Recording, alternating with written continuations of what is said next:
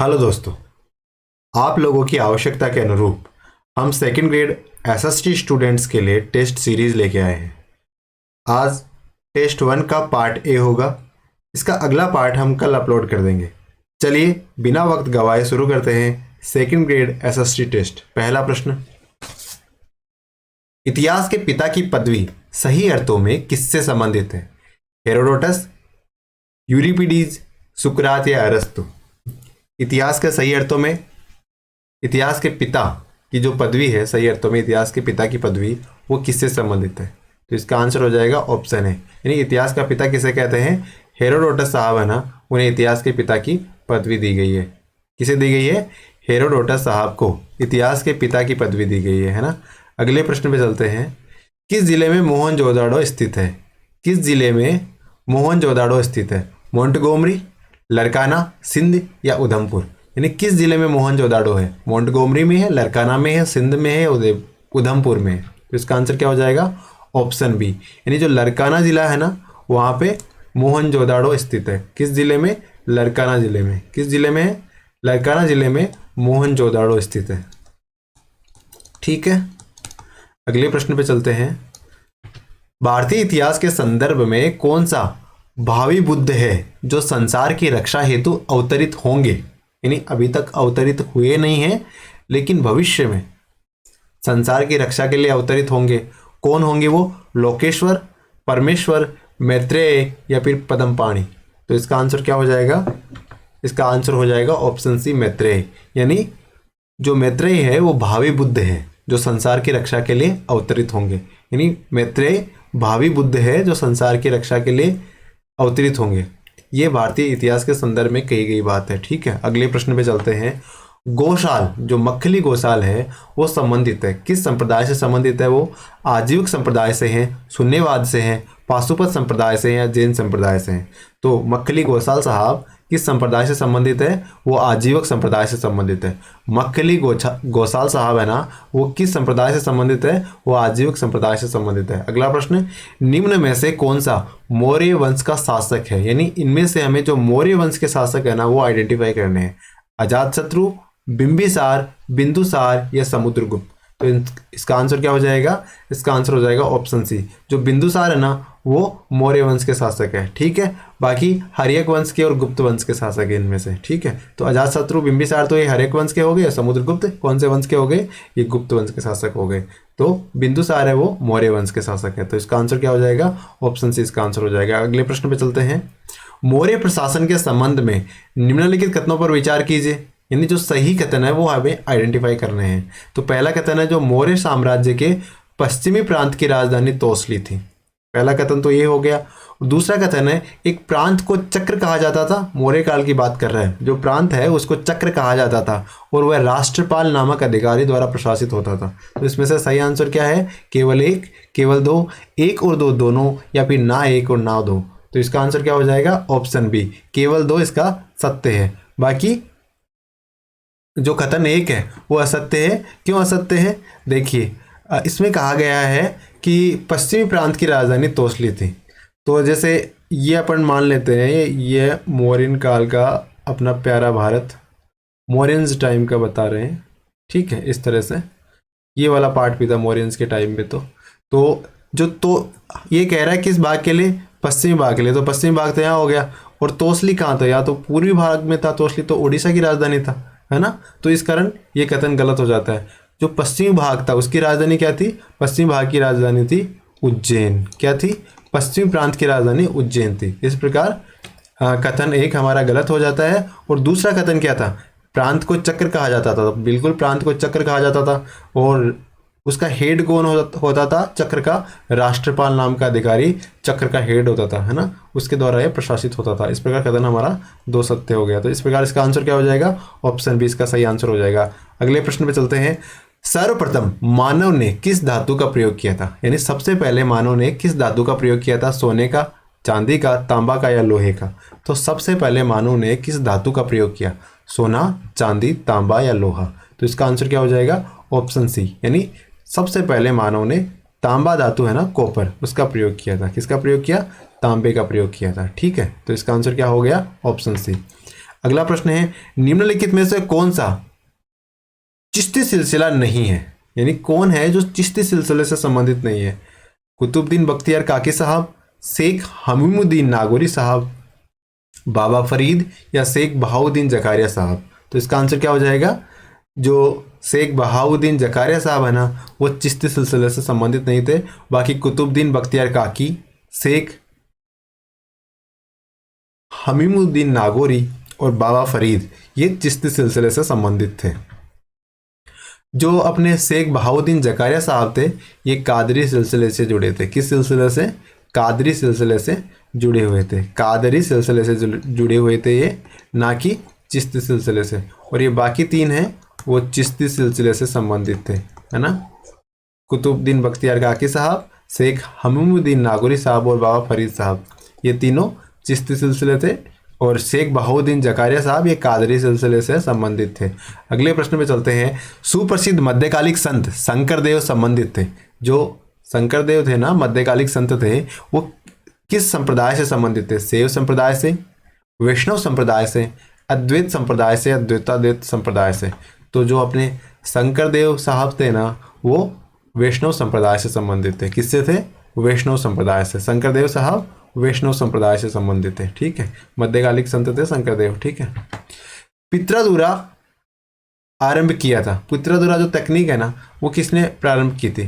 पित्रादुरा तकनीक किसने प्रारंभ की थी? पित्रादुरा तकनीक किसने प्रारंभ की थी? जहांगीर ने, औरंगजेब ने, शाहजहां ने या अकबर ने? पित्रादुरा तकनीक किसने प्रारंभ करी? तो पित्रादुरा तकनीक है वो जहांगीर ने प्रारंभ करी थी। किसने प्रारंभ करी? पित्रादुरा तकनीक जहांगीर साहब ने प्रारंभ करी थी। किसने प्रारंभ करी? जहांगीर साहब ने पित्रादुरा तकनीक प्रारंभ करी थी, ठीक है। अगले प्रश्न पे चलते हैं। शिवाजी के सरदेशमुखी राजस्व का हिस्सा कितना प्रतिशत हिस्सा था? यानी शिवाजी एक टैक्स लगाते थे और उस टैक्स का नाम था सरदेशमुखी। क्या नाम था? सरदेशमुखी। सरदेशमुखी ये टैक्स लगाते थे। और ये टैक्स कितना टैक्स था? कितना प्रतिशत टैक्स लेते थे? 10% लेते, 25% लेते, 20% था या 33% था? तो इसका आंसर क्या हो जाएगा? इसका आंसर हो जाएगा ऑप्शन ए, 10%। यानी शिवाजी सरदेशमुखी के रूप में 10% टैक्स वसूल करते थे, है ना। सरदेशमुखी के रूप में कितना टैक्स लेते थे? 10% टैक्स लेते थे, ठीक है। अगले प्रश्न पे चलते हैं। बोस्टन टी पार्टी की घटना हुई थी, कब हुई थी? 1773 में, 1774 में, 1775 में, 1776 में? तो बोस्टन टी पार्टी की घटना कब हुई थी? 1773 में हुई थी। बोस्टन टी पार्टी की घटना 1773 में हुई थी। बोस्टन टी पार्टी की घटना कब हुई? बोस्टन टी पार्टी कब घटित हुई? ये घटना 1773 में घटित हुई, ठीक है। 1773 में बोस्टन टी पार्टी की घटना घटित हुई थी।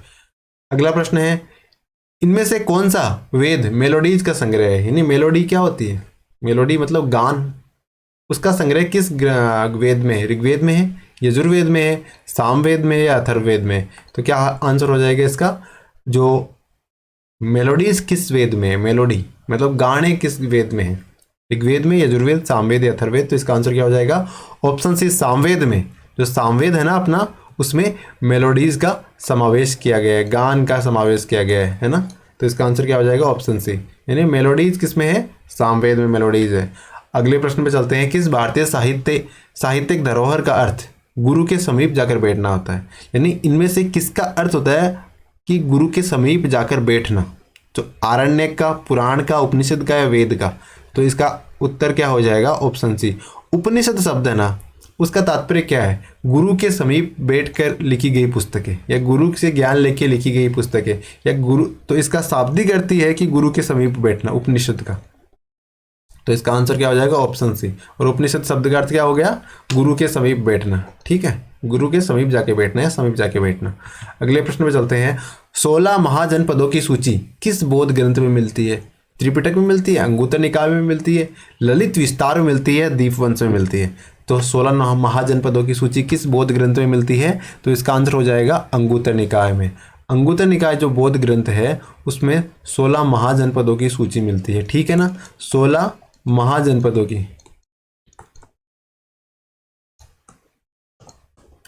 और एक जैन ग्रंथ में मिलती है ना 16 महाजनपदों की सूची, कौन सा है? भगवती सूत्र।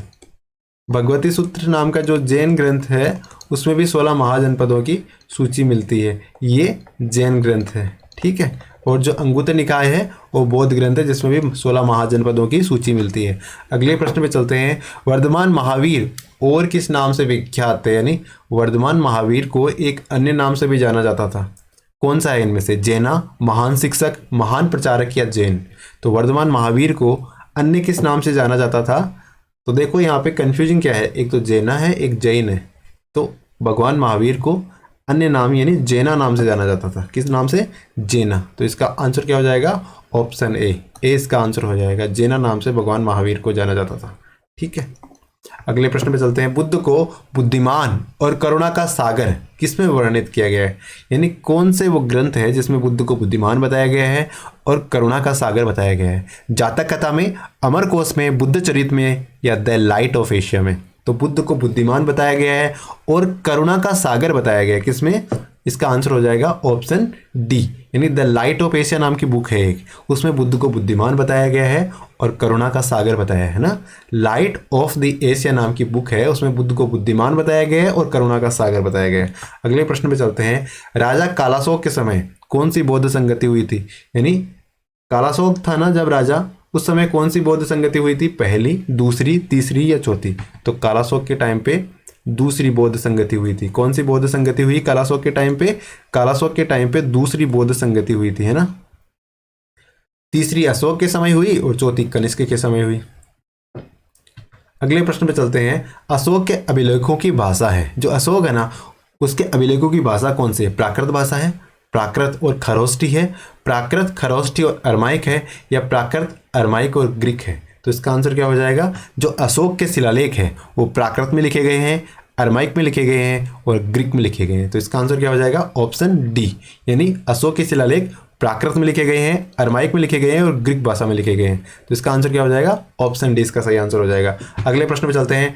टाइम मैगजीन ने, जो टाइम मैगजीन है ना बहुत फेमस मैगजीन है जिसके कवर पृष्ठ पे फोटोज आती है ना, तो उन्होंने किस वर्ष महात्मा गांधी को मैन ऑफ द ईयर घोषित किया था? ये टाइम मैगजीन ने महात्मा गांधी को मैन ऑफ द ईयर के खिताब से नवाजा था। कब? 1928 में, 1929 में, 1930 में, 1931 में? तो इसका आंसर क्या हो जाएगा? 1930 में। 1930 में टाइम मैगजीन ने महात्मा गांधी को पर्सन ऑफ द ईयर या मैन ऑफ द ईयर के खिताब से नवाजा था, क्योंकि इसी साल में गांधी जी ने कौन सा किया था? नमक सत्याग्रह किया था, है ना। नमक कानून तोड़ा था ना, तो वो विदेशी मीडिया में बहुत ज़्यादा उस समय फेमस हो गए थे। अगले प्रश्न पे चलते हैं। भारतीय समुद्री तटरेखा की लंबाई कितनी है? जो भारतीय समुद्र है ना उसकी तटरेखा की लंबाई कितनी है? 6500 किलोमीटर, 1 किलोमीटर की है ना। 7516.6 किलोमीटर, 5100.5 किलोमीटर या 7425.25 किलोमीटर? तो इसका आंसर क्या हो जाएगा? भारतीय समुद्री तटरेखा कितनी है टोटल मिला के? ये हो जाएगी 7516.6 किलोमीटर। कितनी हो जाएगी? 7516.6 किलोमीटर। इतनी लंबी है भारतीय समुद्री तटरेखा, ठीक है। फिर अंडमान निकोबार में भी हो गया, लक्षद्वीप इधर भी हो गया, और यहाँ गुजरात से लेके और पश्चिम बंगाल तक तो है ही है ना। तो इस प्रकार ये अगर इन सारे की तटरेखा को जोड़ लेते तो कितनी हो जाती है? 7516.6 किलोमीटर, ठीक है। यानी 7500 से भी ज़्यादा दूरी की समुद्री तटरेखा है भारत की। अगले प्रश्न पे चलते हैं। हिमालय में पीर पंजाल श्रेणी है, वो भाग है, किसका भाग है? शिवालिक का भाग है, परा हिमालय का भाग है, मध्य हिमालय का भाग है या लघु हिमालय का भाग है? जो पीर पंजाल और धौलाधार श्रेणियाँ है ना, जो पीर पंजाल श्रेणी है वो किसका भाग है? वो मध्य हिमालय का भाग है। किसका भाग है पीर पंजाल श्रेणी? पीर पंजाल श्रेणी है वो मध्य हिमालय का भाग है। किसका भाग है? मध्य हिमालय का भाग है। अगले प्रश्न पे चलते हैं। धरातल पर 1 डिग्री अक्षांश की दूरी निम्न में से किसके बराबर है? तो हमें पता है अक्षांशीय विस्तार कितना होता है, 1 डिग्री का फर्क कितना होता है? तो 111 किलोमीटर होता है ना। कितना होता है? 111 किलोमीटर। तो इसका आंसर हो जाएगा ऑप्शन बी, 111 किलोमीटर, ठीक है। 111 किलोमीटर, एक डिग्री अक्षांश, ठीक है। इसका मतलब 111 किलोमीटर, ठीक है, याद रह जाएगा। अगले प्रश्न पे चलते हैं। निम्न में से किन तिथियों को सूर्य की किरणें विषुवत रेखा पर सीधी पड़ती हैं? विषुवत रेखा पर सीधी कब पड़ती है सूर्य की किरणें? 21 मार्च को, 23 सितंबर को, 21 मार्च और 23 सितंबर को और 22 जून को। तो हमें पता ही है कि पूरे साल में सूर्य एक बार मकर रेखा पे आता है। देखो ये अपना पृथ्वी हो गई, ये अपनी विषुवत रेखा है, भूमध्य रेखा हो गई, ये कर्क रेखा हो गई और ये मकर रेखा हो गई। तो सूर्य यहाँ पे जैसे एक बार यहाँ पे गया, फिर यहाँ पे आएगा बीच में, फिर वापस मकर रेखा पे जाएगा और फिर वापस यहाँ पे जाएगा। तो इस प्रकार साल में 2 बार वो भूमध्य रेखा पे लंबवत चमकता है। तो कौन कौन सी वो तिथियां होती है? तो एक तो होती है 21 मार्च और दूसरी होती है 23 सितंबर। कब होती है? 21 मार्च और 23 सितंबर। ठीक है, अगले प्रश्न पे चलते हैं। भूप्रपट्टी पर सर्वाधिक मात्रा में पाया जाता है, जो भूप्रपट्टी है ना उस पर सर्वाधिक मात्रा में इनमें से कौन सी चीज पाई जाती है? ऑक्सीजन, सिलिकॉन, एल्यूमिनियम या फिर लोहा। तो इसका आंसर क्या हो जाएगा? भूप्रपट्टी पर सर्वाधिक मात्रा में कौन सा पदार्थ पाया जाता है इनमें से? तो जो ऑक्सीजन है ना वो भूप्रपट्टी पर सर्वाधिक मात्रा में पाया जाता है। यानी इनमें से 46% हिस्सा तो इसका ऑक्सीजन का ही है। कितना? इनमें से 46% हिस्सा तो ना। अगले प्रश्न में चलते हैं। बाह्य क्रोड और आंतरिक क्रोड की सीमा क्षेत्र को क्या कहते हैं? जो बाह्य क्रोड है और जो आंतरिक क्रोड है उसकी जो संबंधता है ना उसको क्या कहते हैं? रेपेटी असंबंधता, लेमैन असंबंधता, गुटेनबर्ग संबंधता या फिर मोह असंबंधता। क्या कहते हैं उसे? उसे कहते हैं ऑप्शन बी, लेमैन असंबंधता। यानी बाह्य क्रोड और आंतरिक क्रोड इन दोनों के जो संबंधता है उसे क्या कहते हैं? लेमैन असंबंधता कहते हैं। ठीक है, अगले प्रश्न में चलते हैं। इसका आंसर ऑप्शन बी हो जाएगा, लेमैन। बाह्य क्रोड के और आंतरिक क्रोड के बीच का जो संक्रमित क्षेत्र है ना उसे लेमैन असंबंधता कहते हैं। ठीक है, अगले प्रश्न में चलते हैं। वह कौन सी जलधारा है जिसे काले पानी के कारण काली जलधारा भी कहती है? यानी एक जलधारा है और उसमें पानी काला दिखता है ना, तो उस कारण उसे काली जलधारा भी कहते हैं। कौन सा है? क्यूरेशियो, अंटार्कटिक, गल्फ या कैलिफोर्निया। तो इसका आंसर क्या हो जाएगा? कौन सी जलधारा को काली जलधारा भी कहते हैं? तो क्यूरेशियो जलधारा है ना, क्यूरेशियो जलधारा। कौन सी? क्यूरेशियो जलधारा, इसे काली जलधारा भी कहते हैं, है ना, काली जलधारा भी कहते हैं। क्यूरेशियो कैसे काली। ठीक है, इस प्रकार इसको रिलेट कर सकते हैं। अगला प्रश्न, रिंग ऑफ फायर अवस्थित है। रिंग ऑफ फायर कहाँ पे है? प्रशांत में है, आर्कटिक में, हिंद में या अंटार्कटिक में? तो रिंग ऑफ फायर तो सबको पता है कि ये प्रशांत महासागर में। कहाँ पे है? प्रशांत महासागर में। और जापान में जितने भूकंप वगैरह आते हैं, ज्वालामुखी फटते हैं, इसका कारण भी क्या है? ये रिंग ऑफ फायर ही है। अगला प्रश्न, समुद्र में ज्वार भाटा का क्या कारण है? समुद्र में ज्वार भाटा आने का क्या कारण है? समुद्र के तापमान में बदलाव, वैश्विक तापमान में वृद्धि, ओजोन परत में छेद या चंद्रमा की गुरुत्व शक्ति। तो इसका आंसर क्या हो जाएगा? ज्वार भाटा का कारण क्या है? चंद्रमा की गुरुत्व शक्ति तो है ना ज्वार भाटा का कारण। तो इसका आंसर ऑप्शन डी हो जाएगा, चंद्रमा की गुरुत्व शक्ति समुद्र में ज्वार भाटा का कारण है। अगले प्रश्न में चलते हैं। ओजोन परत पृथ्वी की करीब ऊंचाई तक है, यानी ओजोन परत है ना वो पृथ्वी की कितनी ऊंचाई तक है? ओजोन परत 50 किलोमीटर, 300 किलोमीटर, 2000 किलोमीटर या 20 किलोमीटर। तो इसका आंसर क्या हो जाएगा? ओजोन परत है ना वो पृथ्वी की 50 किलोमीटर की हाइट तक है। कितनी हाइट तक? 50 किलोमीटर की हाइट तक है। ठीक है, अगले प्रश्न में चलते हैं। एक बार इसको देख लेना, एग्जैक्टली 50 या भी इधर उधर हो सकता है इस प्रश्न को। अगर इसके संबंध में कुछ मॉडिफिकेशन हो तो अपने कमेंट बॉक्स में आपने रिप्लाई कर देना है। कहाँ पे? कमेंट बॉक्स में लिख देना है। ठीक है, जिससे ताकि हम उसमें सुधार कर सकें। अगले प्रश्न पे चलते हैं। फ्रांस का लोरेंस शहर प्रसिद्ध है।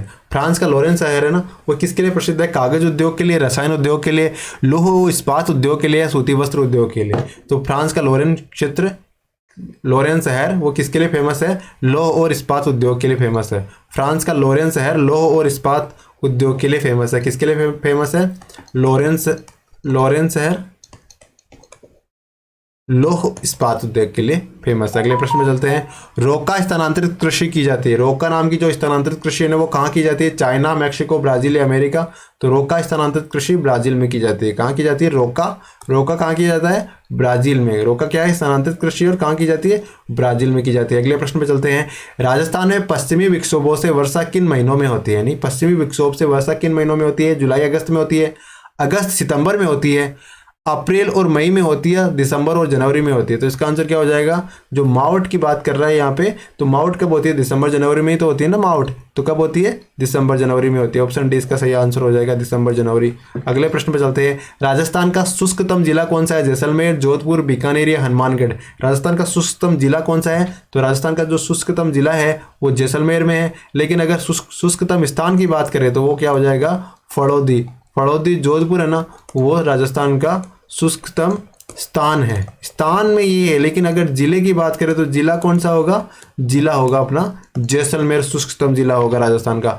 जालोर ग्रेनाइट से जो निर्मित पहाड़ियां हैं उनका आकार कैसा है? वो गुंबदाकार है, चौकोर है, रेखीय है या गोल है? तो जो जालोर ग्रेनाइट से निर्मित पहाड़ियां हैं वो कैसी है? वो गुंबदाकार पहाड़ियां। कैसी है? गुंबद के आकार की पहाड़ियां हैं। कैसी पहाड़ियां हैं? गुंबद के आकार की पहाड़ियां हैं। अगले प्रश्न पे चलते हैं। भारत की स्थल सीमा की लंबाई कितनी है? हमने जल सीमा की, जो समुद्री तटरेख सीमा की बात देख ली हमने। अब हम बात करें भारत की स्थलीय सीमा की लंबाई कितनी है? 15,400, 15,200, 15,500 या 15,700? ये यहाँ पे सारे डेटा किलोमीटर में लिख रखे हैं, तो इसका आंसर क्या हो जाएगा? Option B 15,200। स्थलीय सीमा की लंबाई कितनी है? 15,200 किलोमीटर। कितनी है? 15,200 किलोमीटर भारत की स्थलीय सीमा की लंबाई है। कितनी है? 15,200 किलोमीटर भारत की स्थलीय सीमा की लंबाई है। अगले प्रश्न पे चलते हैं। भारतीय मानसून का वर्णन सर्वप्रथम किस विद्वान के द्वारा किया गया? यानी कौन से वो विद्वान थे जिन्होंने सबसे पहले भारत के मानसून का वर्णन किया था? अल-बरूनी, अल-मसूदी, अल-अहमदी या अल-खुरदार? तो क्या आंसर हो जाएगा इसका? तो इसका आंसर हो जाएगा ऑप्शन ए। अल-बरूनी साहब ने भारतीय मानसून का सबसे पहले वर्णन किया था। किसने किया था? अल-बरूनी साहब ने भारतीय मानसून का सबसे पहले वर्णन किया था। अगले प्रश्न पे चलते हैं। भारत के किस शहर को पूर्व का बोस्टन कहा जाता है? यानी भारत का एक शहर है जिसे कहते हैं पूर्व का बोस्टन। कौन सा शहर है वो? कानपुर, अहमदाबाद, जयपुर या मुंबई? तो इसका आंसर क्या हो जाएगा? Option B. यानी पूर्व का बोस्टन भारत के किस शहर को कहते हैं? अहमदाबाद को। किसे कहते हैं? अहमदाबाद जो शहर है ना उसे पूर्व का बोस्टन कहते हैं। पूर्व का बोस्टन कहते हैं। अगला प्रश्न है। 2011 की जनगणना के अनुसार भारत का सबसे कम लिंगानुपात वाला राज्य कौन सा है? यानी इनमें से हमें बताना है कि सबसे कम लिंगानुपात वाला राज्य कौन सा है? राजस्थान, हरियाणा, सिक्किम या पंजाब? तो इसका आंसर क्या हो जाएगा? 2011 की जो जनगणना थी उसके अनुसार सबसे कम लिंगानुपात वाला राज्य था हरियाणा। कौन सा था? हरियाणा सबसे कम लिंगानुपात वाला राज्य था, लेकिन अब परिस्थिति बदल रही है। ठीक है, अगले प्रश्न पे चलते हैं। राजस्थान में 400 से अधिक जनसंख्या घनत्व वाले जिलों की संख्या कितनी है? राजस्थान में ऐसे कितने जिले हैं जिनका जनसंख्या घनत्व 400 से ज्यादा है? तो कितने जिले हैं ऐसे? तो ऐसे 2, 3, 4 या 5 आपके पास में ये विकल्प है। तो इसका आंसर क्या हो जाएगा? 4 ऐसे जिले हैं जिनका घनत्व 400 से ज्यादा है। कितने जिले हैं ऐसे? 4 जिले हैं। ऑप्शन सी हो जाएगा इसका। और 2 जिले हैं जिनका घनत्व 500 से ज्यादा है। ठीक है, अगले प्रश्न पे चलते हैं। केंद्रीय प्रवृत्ति का सर्वाधिक लोकप्रिय माप कौन सा है? यानी आपके जो सिलेबस में केंद्रीय प्रवृत्ति के 3 माप दे रखे हैं। कौन से? माध्य, माध्यिका और बहुलक। कौन कौन से दे रखे हैं? माध्य, माध्यिका, बहुलक दे रखे हैं। लेकिन आपसे यहाँ पे पूछ रहा है कि सबसे फेमस कौन सा चलता है?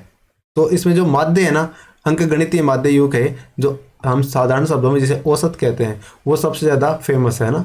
माध्यिका और बहुलक तो बहुत रेयर कंडीशन में निकाले जाते हैं, लेकिन माध्य तो हर बात में निकाला जाता है। जैसे उदाहरण के तौर पे हम क्रिकेट को ले लीजिए, तो उसने कितने, उसका एवरेज कितना है देखते हैं ना, कितने मैचों में कितने रन बनाए, तो औसत अंकगणितीय माध्य के माध्यम से ही निकाला जाता है। तो ये सर्वाधिक प्रायोगिक चीज़ है जो तार्किक तौर पर इसका उपयोग किया जाता है। अगले प्रश्न पे चलते हैं। ब्लूम की वर्गीकी के अनुसार, ब्लूम साहब की वर्गीकी के अनुसार निम्न में से कौन सा उद्देश्य भावात्मक पक्ष से संबंधित नहीं है? यानी ब्लूम साहब की वर्गीकी के अनुसार कौन सा उद्देश्य है वो भावात्मक पक्ष से संबंधित नहीं है? आग्रहण, प्रतिक्रिया, व्यवस्थापन या प्रचरण? तो इसका आंसर क्या हो जाएगा? Option D. जो प्रचरण है ना वो किसमें नहीं है? भावात्मक पक्ष से संबंधित नहीं है। आग्रहण, प्रतिक्रिया और व्यवस्थापन ये ब्लूम साहब की वर्गीकी के अनुसार ये भावात्मक पक्ष से संबंधित है। ठीक है, अगले प्रश्न पे चलते हैं। भारत के संविधान की क्या विशेषता है ना? ये एक प्रश्न है। ठीक है, ये प्रश्न कैसा प्रश्न है? ज्ञानपरक है, बोधपरक है, अनुप्रयोगात्मक है या फिर विश्लेषणात्मक है? तो क्या आंसर हो जाएगा इसका? ये जो प्रश्न दे रखा है कि भारत के संविधान की क्या विशेषता है, ये ज्ञानपरक प्रश्न है। कैसा प्रश्न है? ज्ञानपरक प्रश्न है। इस प्रकार आपको आइडेंटिफाई करना है प्रश्नों को। ये कैसा प्रश्न है? ज्ञानपरक प्रश्न है। अगले प्रश्न पे चलते हैं। सामाजिक अध्ययन में मनुष्य का साहचर्य विषय जुड़ा हुआ है। सामाजिक अध्ययन में मनुष्य का जो साहचर्य विषय है ना वो जुड़ा हुआ है। किससे जुड़ा हुआ है? सामाजिक अध्ययन की बात हो रही है ना, भूगोल से, अर्थशास्त्र से, समाजशास्त्र से, विज्ञान से। तो यहाँ पे देखने से स्पष्ट हो रहा है तो ये तो समाजशास्त्र से जुड़ा हुआ होगा। तो इसका आंसर क्या होगा? Option C. सामाजिक अध्ययन से जो मनुष्य का साहचर्य विषय कौन सा होगा? वो समाजशास्त्र होगा। क्या होगा? समाजशास्त्र होगा। ऑप्शन सी इसका सही आंसर हो जाएगा, क्योंकि यहाँ हमसे क्या पूछा है? सामाजिक अध्ययन से मनुष्य का साहचर्य पूछा है, तो वो समाजशास्त्र हो जाएगा। ठीक है, अगला प्रश्न है। समालोचनात्मक चिंतन के विकास की विधाएं कौन कौन सी है? कैसे चिंतन की विकास की विधाएं पूछ रहा है? समालोचनात्मक चिंतन के विकास की विधाएं पूछ रहा है, तो कौन कौन सी है? वार्म अप, मौन खंडन, परिचर्चा या सभी? तो इसका आंसर क्या हो जाएगा? समालोचनात्मक चिंतन के विकास की विधाओं में ये सारे शामिल है, वार्म अप भी शामिल है, मौन खंडन भी शामिल है और परिचर्चा भी शामिल है। ठीक है, तो इस प्रकार इसका आंसर उपयुक्त सभी ऑप्शन डी हो जाएगा। अगले प्रश्न पे चलते हैं। शिक्षण में कितने प्रकार का सह संबंध मिलता है? अब हमसे पूछ रहा है जो शिक्षण होता है उसमें कितने प्रकार का सह संबंध होता है? 2 प्रकार का होता है, 3 प्रकार का होता है, 6 प्रकार का होता है या 8 प्रकार का होता है? तो शिक्षण में कितने प्रकार का सह संबंध होता है? तो इसका आंसर क्या हो जाएगा? ऑप्शन बी, शिक्षण में 3 प्रकार का सह संबंध होता है। कितने प्रकार का सह संबंध होता है? शिक्षण में 3 प्रकार का सह संबंध होता है। कितने प्रकार का? 3 प्रकार का सह संबंध होता है। अगला प्रश्न है, भूतकालिक घटनाओं का उल्लेख ही इतिहास है। ये कथन है ना? क्या कथन क्या है? कि इतिहास के बारे में बताया है कथन, कि भूतकालिक घटनाओं का उल्लेख करना ही इतिहास है। ये कथन किसका है? हेनी जॉनसन का है, हेनरी जॉनसन का है, किलपैट्रिक साहब का है, मिलर का, फ्लेमिंग का है? तो इसका आंसर क्या हो जाएगा?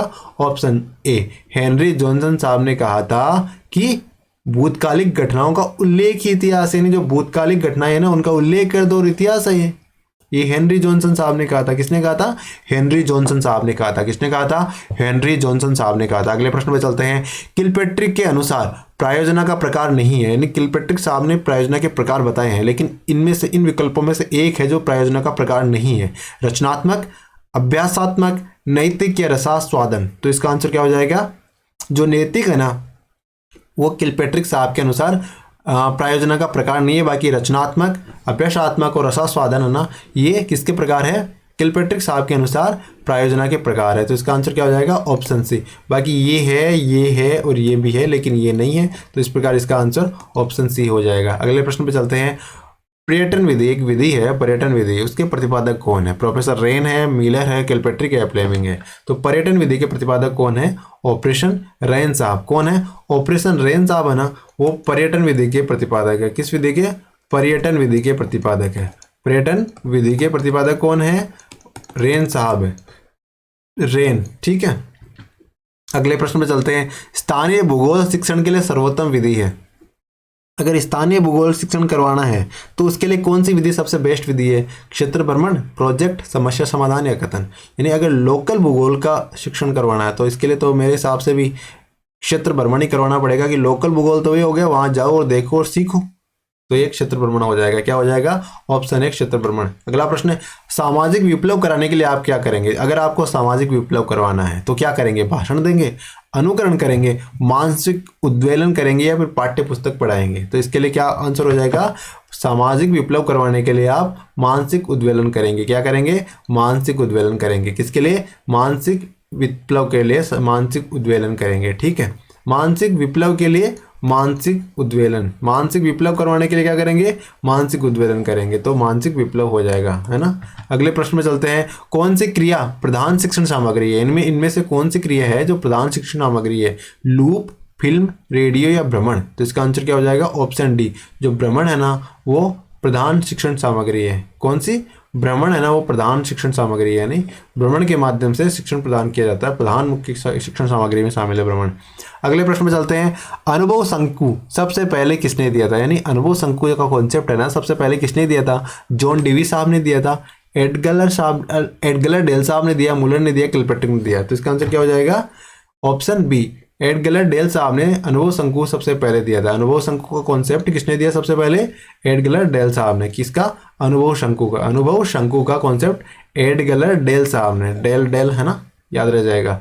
अगला प्रश्न है, प्रिंट मीडिया का संबंध है। प्रिंट मीडिया का संबंध किससे है? समाचार पत्र से है, पुस्तकों से, पत्रिकाओं से, सभी से। जो प्रिंट मीडिया जो छपती है तो वो तो सबसे ही हो गया ना, समाचार पत्र भी छपते हैं, पुस्तकें भी छपती है, पत्रिकाएं भी छपती है, तो सभी हो गए। इस प्रकार प्रिंट मीडिया का संबंध सभी से है ना। अगले प्रश्न में चलते हैं। ऑप्शन डी हो जाएगा इसका उत्तर। तो सामाजिक अध्ययन शिक्षक का प्रमुख विशिष्ट गुण क्या है? जो सामाजिक अध्ययन के शिक्षक होते हैं उनका सबसे विशिष्ट गुण क्या है? जैसे आप तो जल्द ही सामाजिक अध्ययन के शिक्षक बनने वाले हो और वो भी वरिष्ठ अध्यापक बनने वाले हो, तो आप में सबसे विशिष्ट गुण कौन सा होना चाहिए? अध्ययनशीलता होनी चाहिए, सहिष्णुता होनी चाहिए, मानवता होनी चाहिए, विषय का ज्ञान। सबसे प्रमुख की बात कर रहे हैं यहाँ पे, बाकी तो सारी चीज़ें होनी चाहिए, लेकिन यहाँ पे विषय का ज्ञान होना परम आवश्यक है। क्या? विषय का ज्ञान होना आपको परम आवश्यक है, तभी आप सामाजिक अध्ययन के विश्व के सर्वोत्तम शिक्षकों में शुमार हो पाओगे और कल को आपकी भी किताबें आने छपने लग जाएगी, ठीक है ना। इसलिए आपको विषय का बहुत ही डीप ज्ञान होना चाहिए, है ना। कैसा ज्ञान होना चाहिए? विषय का डीप ज्ञान होना चाहिए, ये आपका सबसे विशिष्ट गुण है, ठीक है। अगले प्रश्न पे चलते हैं। पाठ्य चर्चा शब्द की उत्पत्ति किस भाषा से हुई है? पाठ्य चर्चा शब्द है ना, उसकी उत्पत्ति किस भाषा से हुई है? लैटिन से, ग्रीक से, इंग्लिश या फ्रेंच से? तो पाठ्य चर्चा शब्द की उत्पत्ति किस भाषा से हुई है? ये हुई है अपने लैटिन भाषा से। यानी पाठ्य चर्चा नाम की जो पुस्तक शब्द है उसकी उत्पत्ति किस भाषा से हुई है? लैटिन भाषा से हुई है। किस भाषा से? लैटिन भाषा से, ठीक है। अगले प्रश्न पे चलते हैं। एनसीएफ 2005, एनसीएफ 2005 है ना, वो किस पे बल देता है? करके सीखने पे बल देता है, रटने पे बल देता है, समस्या का हल करने पर बल देता है, या सभी चीज़ों पर बल देता है? तो रटने पर बल नहीं देगा ना, तो सभी तो हट ही गए अपने आप से। तो इसका आंसर क्या हो जाएगा? करके सीखने से। जो एनसीएफ 2005 है, एनसीएफ 2005 ये करके सीखने पे बल देता है। किस पे? करके सीखने पे बल देता है। अगले प्रश्न पे चलते हैं। निम्न में से किसके अतिरिक्त सभी पाठ्यक्रम निर्माण के सिद्धांत है? यानी पाठ्यक्रम निर्माण के सिद्धांत है बाकी, तो एक पाठ्यक्रम निर्माण का सिद्धांत नहीं है, वो कौन सा है वो आपको बताना है। रूढ़िवादी, लचीला, बल केंद्रित या उपयोगिता? तो इसका आंसर क्या हो जाएगा? जो रूढ़िवादी है ना वो पाठ्यक्रम निर्माण का सिद्धांत नहीं है, क्योंकि रूढ़िवादी होगे तो अच्छा पाठ्यक्रम कहाँ बना पाओगे। तो ये तीनों तो लचीला होना चाहिए, बल केंद्रित होने, बाल केंद्रित, बल नहीं बाल केंद्रित होना चाहिए, एक उपयोगिता होनी चाहिए उसकी। ये तो पाठ्यक्रम निर्माण के सिद्धांत हो गए, लेकिन रूढ़िवादी तो ऐसा कोई सिद्धांत होगा ही नहीं। ये तो नेगेटिव पॉइंट है पाठ्यक्रम निर्माण का, तो इसको हटा देंगे। इसका आंसर हो जाएगा ऑप्शन ए। अगले प्रश्न पे चलते हैं। सामाजिक अध्ययन शिक्षण राष्ट्रीय पाठ्यक्रम बनाया गया। सामाजिक अध्ययन शिक्षण का राष्ट्रीय पाठ्यक्रम कब बनाया गया? 2003 में, 2004 में, 2005 में या 2006 में? इसका आंसर क्या हो जाएगा? 2005 में। सामाजिक अध्ययन शिक्षण का राष्ट्रीय पाठ्यक्रम कब बनाया गया? 2005 में बनाया गया। अगला प्रश्न, इकाई योजना का प्रतिपादन किया था। इकाई योजना का प्रतिपादन किसने किया था? एच.सी. मॉरिसन साहब ने किया था, किलपेट्रिक साहब ने किया था, मूलर साहब ने किया था, स्किनर साहब ने किया था। तो इकाई योजना का प्रतिपादन किसने किया था? एच.सी. मॉरिसन साहब ने इकाई योजना का प्रतिपादन किया। किसने किया? एच.सी. मॉरिसन साहब ने इकाई योजना का प्रतिपादन किया। इकाई योजना का प्रतिपादन किसने किया? इकाई योजना का प्रतिपादन एच.सी. मॉरिसन साहब ने किया, ठीक है। एच.सी. मॉरिसन साहब ने किया। उपनिषदों के अनुसार श्रेष्ठतम आदर्श क्या है? यानी हमसे पूछ रहा है, जो उपनिषद है ना, गुरु के समीप बैठकर जो लिखे गए ग्रंथ हैं, उनके अनुसार श्रेष्ठतम आदर्श क्या है? सुख है, भौतिक लाभ है, मोक्ष है या धर्म है? तो उपनिषदों के अनुसार जो श्रेष्ठतम आदर्श है ना वो क्या है? मोक्ष। मोक्ष की प्राप्ति उपनिषदों का परम उद्देश्य है ना। तो क्या है उपनिषदों का श्रेष्ठतम आदर्श? मोक्ष। क्या है? मोक्ष। अगले प्रश्न पे चलते हैं। एकत्ववाद के बीज मिलते हैं। एकत्ववाद के बीज कहाँ मिलते हैं? वेदांत में, उपनिषद में, वेद में या फिर कोई नहीं? तो इसका आंसर क्या हो जाएगा? एकत्ववाद के बीज हमें वेदों में मिलते हैं। कहाँ पे मिलते हैं? वेदों में मिलते हैं। कहाँ पे मिलते हैं एकत्ववाद के बीज? वेद में, वेद में मिलते हैं, ठीक है। अगले प्रश्न पे चलते हैं। उपनिषदों में निर्गुण ब्रह्म को कहा गया है। उपनिषदों में जो निर्गुण ब्रह्म होता है उसे क्या कहा गया है? अपर ब्रह्म कहा गया है, पर ब्रह्म कहा गया है, साकार ब्रह्म कहा गया है या प्राण ब्रह्म कहा गया है? तो उपनिषदों में निर्गुण ब्रह्म को क्या कहा गया है? क्या कहा गया है? देख लेते हैं हमारा आंसर, पर ब्रह्म। क्या कहा गया है? पर ब्रह्म कहा गया है। उपनिषदों में निर्गुण ब्रह्म को पर ब्रह्म कहा गया है ना, पर ब्रह्म। अगला प्रश्न है। मोक्ष की अवस्था में जीव का स्वरूप होता है। जब मोक्ष की प्राप्ति होती है तब जीव का स्वरूप कैसा होता है? अनंत चतुष्टय होता है, सच्चिदानंद होता है, निर्वाण होता है या अनंत दर्शन होता है? तो इसका आंसर क्या हो जाएगा? जब मोक्ष की अवस्था होती है तब जीव का स्वरूप अनंत चतुष्टय होता है। कैसा होता है? अनंत चतुष्टय होता है। किस अवस्था में? मोक्ष की अवस्था में जीव का स्वरूप अनंत चतुष्टय होता है। अगले प्रश्न पे चलते हैं। जैन दर्शन में जीव क्या है? जैन दर्शन में जीव अणु है, विभु है, शरीर परिमाणी है या जड़ है? तो जैन दर्शन में जो जीव होते हैं वो शरीर परिमाणी होते हैं। क्या होते हैं? शरीर परिमाणी होते हैं। जैन दर्शन में जीव शरीर परिमाणी होते हैं। अगले प्रश्न में चलते हैं। निर्जरा से क्या तात्पर्य है? यानी जैन धर्म में निर्जरा से क्या तात्पर्य है? विद्यमान कर्म पुद्गलों का नाश करना, नवीन कर्म पुद्गलों को रोकना, मोक्ष की अवस्था या परम ज्ञान की अवस्था? तो निर्जरा से क्या तात्पर्य है? विद्यमान कर्म पुद्गलों का नाश करना, जो हमारे कर्म पुद्गल है ना उनको नाश करना, ये निर्जरा से तात्पर्य है जैन धर्म के अनुसार। तो इसका आंसर ऑप्शन ए हो जाएगा। क्या हो जाएगा? ऑप्शन ए हो जाएगा। निर्जरा से तात्पर्य क्या है? निर्जरा से तात्पर्य है विद्यमान कर्म पुद्गलों का नाश करना। अगले प्रश्न पे चलते हैं। दुख का प्रथम मूल कारण क्या है? बौद्ध धर्म के अनुसार दुख का प्रथम मूल कारण क्या है? संसार है, मन है, अविद्या है या दुविधा है? तो बौद्ध धर्म के अनुसार क्या वास्तविकता में अगर देखें तो दुख का जो सबसे पहला या सबसे बड़ा मूल कारण है वो अविद्या है। क्या है? दुख का मूल कारण क्या है? अविद्या। यानी पहला मूल कारण अगर दुख का ढूंढने निकलेंगे हम तो क्या निकलेगा? अविद्या दुख का मूल कारण है। अगले प्रश्न पे चलते हैं। प्रतित्व समुत्पाद के तत्व है, यानी प्रतित्व समुत्पाद के कितने तत्व हैं? 10 है, 12 है, 8 है या 16 है? तो प्रतित्व समुत्पाद के कितने तत्व है? ये हो जाएगा ऑप्शन बी। इसका तात्पर्य क्या हो गया? यानी प्रतित्व समुत्पाद के 12 तत्व है। कितने तत्व है? प्रतित्व समुत्पाद के 12 तत्व है। ठीक है, याद रह जाएगा। अगले प्रश्न में चलते हैं। द्वादश निदान के अंतर्गत, है ना, द्वादश निदान के अंतर्गत जरमरण का कारण क्या है? जरमरण का कारण क्या है? द्वादश निदान के अंदर जाति है, भव है, उपादान या तृष्णा है। तो द्वादश निदान के अंतर्गत जरमरण का कारण जाति को माना है। किसे को माना है?